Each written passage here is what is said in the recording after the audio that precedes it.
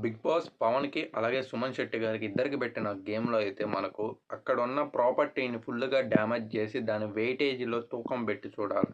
So, ఈ game టాస్క్‌లో అయితే ఇద్దరు చాలా కష్టపడ్డారు.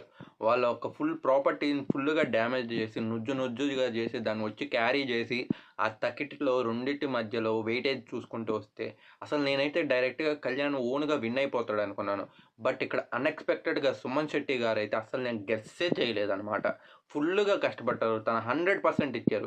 లాస్ట్ మూమెంట్‌లో 2 ఈక్వల్‌గా కూడా వచ్చాయి మనకైతే.